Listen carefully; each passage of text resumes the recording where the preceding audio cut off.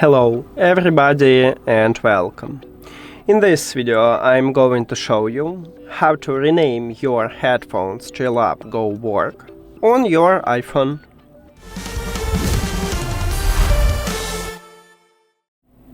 You have to start by open settings and then go to the Bluetooth.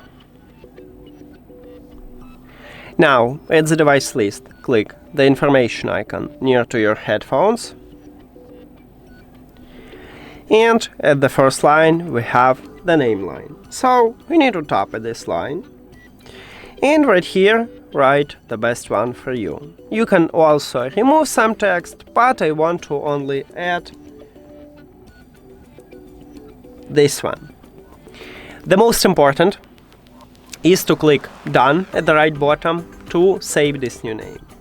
But if you have iOS 26, you will have checkmark button or Done button. So tap at this button, we just save it. And if I go back, you can see that we changed the name, so that's it. Thank you for watching this video. If you found it helpful, please consider subscribing to channel and leave the like on the video. See you later!